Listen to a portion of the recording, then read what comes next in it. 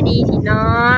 มื้อนี้มาพบกันค่อยค่ำลงแรงเนาะพี่น้องเนาะกับบรรยากาศหนาว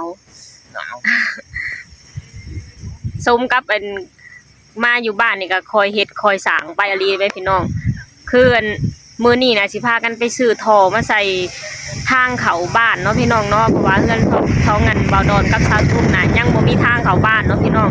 คือตอนนี้ยังเที่ยวนํมันพี่สาวอยู่เนาะเดี๋ยวเราจะไปเบิ่งราคามันว่าจะราคาเท่าใดเนาะพี่น้องไปกันเลยอื่นเราต้องมาวัดก่อนเนาะพี่น้องว่าต้องใส่จักท่อเนาะนี่3 เมตร3 เมตร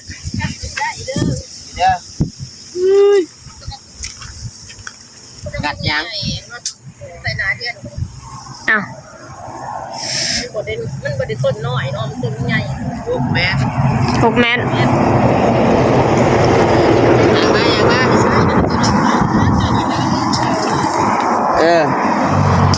เอาแบบพอดีเป๊ะเลยประตูซ่าเขายาวกับตัดคอออกเลยจักเมตร6 เมตรโอ้2 เมตรเลย7 เมตรบ่8 เมตร8 เมตร8 เมตรแม่พี่น้องใส่จักท่อบัดนี้ไปเบิ่งท่อมันมีจักเมตรไปเราต้องไปเบิ่งท่อก่อนเนาะว่าเมตรบ่ท่อมันจักเมตรนะพี่น้องเนาะ8ท่อกว้าง72ก็มี30บ่ก็เดินน้ำเจ้ามาขนาดนั้น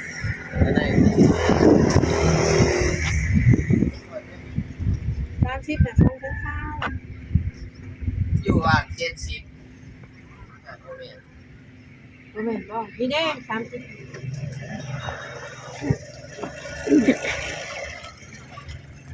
ใหญ่น้อยก็แสดงแค่อยู่71เซนบ่แม่นพี่50บ่74ถ้าเอามาน้อยเขาก็บ่ส่งสั่งมาแต่เวียงช่วงอาทิตย์เจ้าหมดไปรอบ2ปี60 บาท60 บาทแต่ก่อนสั่งมาสุขอยมาเฮ็ด4-5 ปี7,000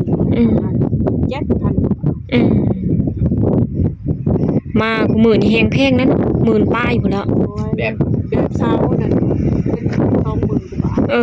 เซาหลายเอาลายแม่นก็คือแต่ว่าแบบนี้ได้สาจักพันซื้อมาแบบนี้เราลืมเลยเราสั่งมาพร้อมกันนั่นน่ะสั่งมาเบิดแต่แบบดิ้นอันนั้นจักมันไปซั่นแล้วมันตะปิก่อนพี่ตะอิดสั่งมานะแต่ว่าตัวนั้นน่ะ 7,000 เนาะตัวนั้นเนาะ 7,000 ปลายเพื่อนเอาแบบที่เห็นจังเฮ็ดหาเนาะบ่น่าอันของอีพ่อเป็นของหมู่เพิ่นเขาเอามาฝากไว้ของอันพอสิเอาอันผ่านบ่อันแบบนี้คือสั่งมาจะเวียงบัดบ่ได้อันเอาได้โเอาเบิ่งว่ามันได้แบบได้หยังคือสั่งมาแต่เวียง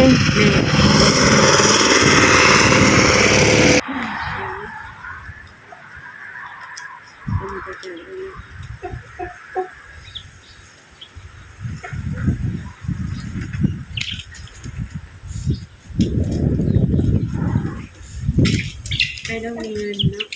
มาจวดต้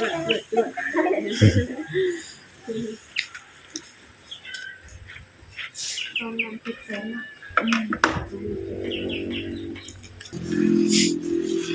ทอง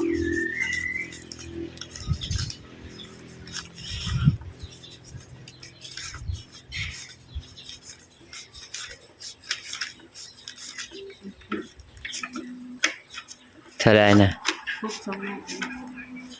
2 ล้านเป็น7 แสนเนาะเป็นรถให้แสน1เด้อครบขอบใจหลายๆเพิ่นมื้อครับพี่น้องรวมทั้งหมดดินบล็อกอันก้อนใหญ่เท่าไหร่น่ะ101เนาะแล้วก็ดินบล็อกก้อนน้อยเท่าใด115แล้วก็มารวมใส่ท่อแบบท่อไอ้อันน่ะอันเขาได้หน้าใส่มันนะ60 P60 แล้วก็ P60 8ท่อพอดีเป็นเงิน 4,100,000กีบพี่น้อง เดาพิษพลาด หมด 3 ล้าน หมดตุด เพื่อสิพร้อมแต่ละอย่างพี่น้องเอ้ยเฮ็ดไปทีละอย่าง เป็นเงินที่แสนแพงบัดนี้ผัดเงินผัดบริหารแหมแต่เฮาก็อยากมีพร้อมทุกอย่างเนาะอยากคือหมู่เฮาก็ต้องเฮ็ดไปแหละพี่น้องไปถอมาชงแล้ว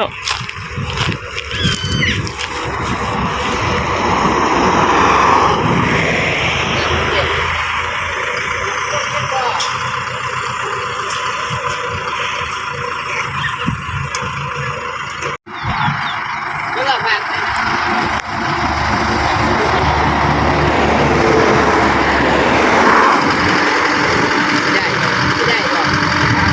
ได้บ่ล่ะ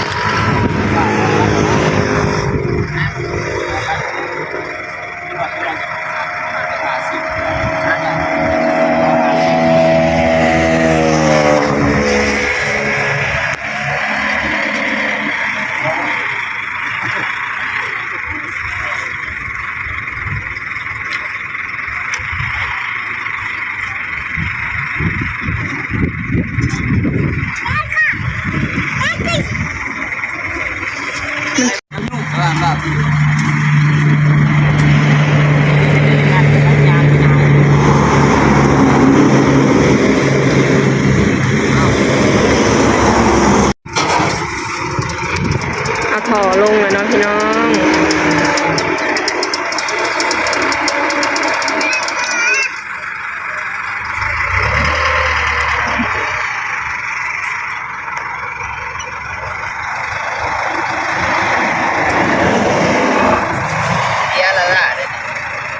เสียต่อละล่ะเด้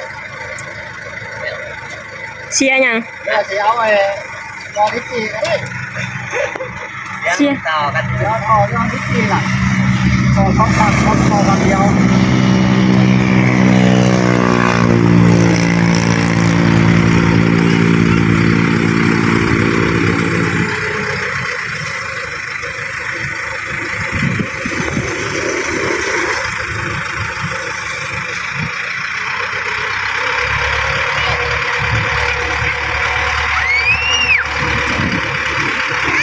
วางลง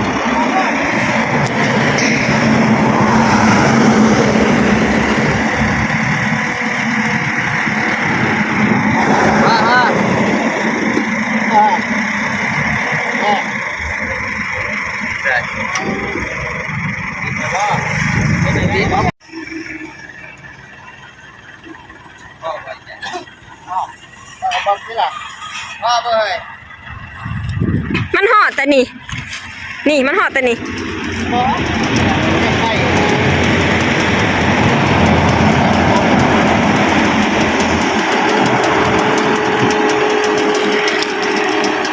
ฮะ ง่ายๆเอาก็เสาน่ะก็ออกพี่หรือจีก็ออกพี่ แล้วล่ะพี่น้องเอ้ยเอาลงแล้วขาวปูนมายาบัดนี้ เจ้าประมาณนี้เป็นเจ้าหมีบ่เอาง่ายมันก็สิเหลือประมาณตีซ่า5 เมตร 6 5 เมตร 7 เมตร 6ตามบ่ก็เป็นตัวกระดูกใกล้เคียงอันนี้สิน้อยพอบ ล็อกมาแล้วบล็อกนี้ใส่มี2บล็อกเนาะพี่น้องบล็อกก่อทางเขาแล้วก็บล็อกก่อเสาเนี่ยก่อเสาแบบนี้เนาะพี่น้องรุ่นน้อยนี่คือก่อเสาเนาะมันจะมี2แบบ2ขนาด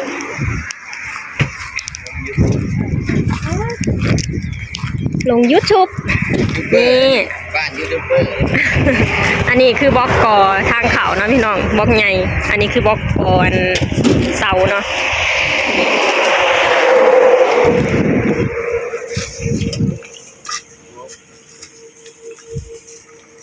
ปูน4 กระสอบบ่สอบเท่าใด80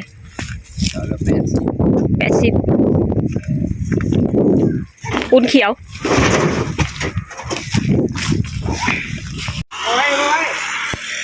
อันนี้เขาเอิ้นไว้ยังเกาะ